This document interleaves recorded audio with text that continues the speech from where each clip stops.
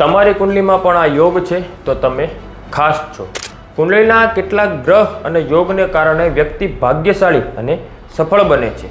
પહેલું છે ગજ કેસરી યોગ। જ્યારે ગુરુની સાથે ચંદ્રમાં યુતિ કરે છે ત્યારે ગજ કેસરી યોગ બને છે। આવા વ્યક્તિને જીવનમાં અપાર સંપત્તિ, ધન અને વૈભવની પ્રાપ્તિ થાય છે। બીજું છે બુધાદિ યોગ। જ્યારે સૂર્ય સાથે બુધ યુતિ કરે છે ત્યારે બુધાદિ યોગ બને છે, જે વ્યક્તિને ચપળ, હોશિયાર અને ભણવામાં ખૂબ જ આગળ પડતો બનાવે છે, જેને સન્માનની પદ, ઊંચા પદની પ્રાપ્તિ થાય છે। ત્રીજું છે શશ યોગ।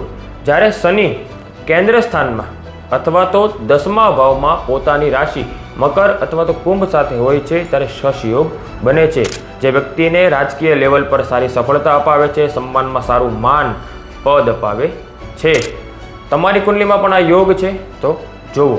જય માતાજી, હર હર મહાદેવ।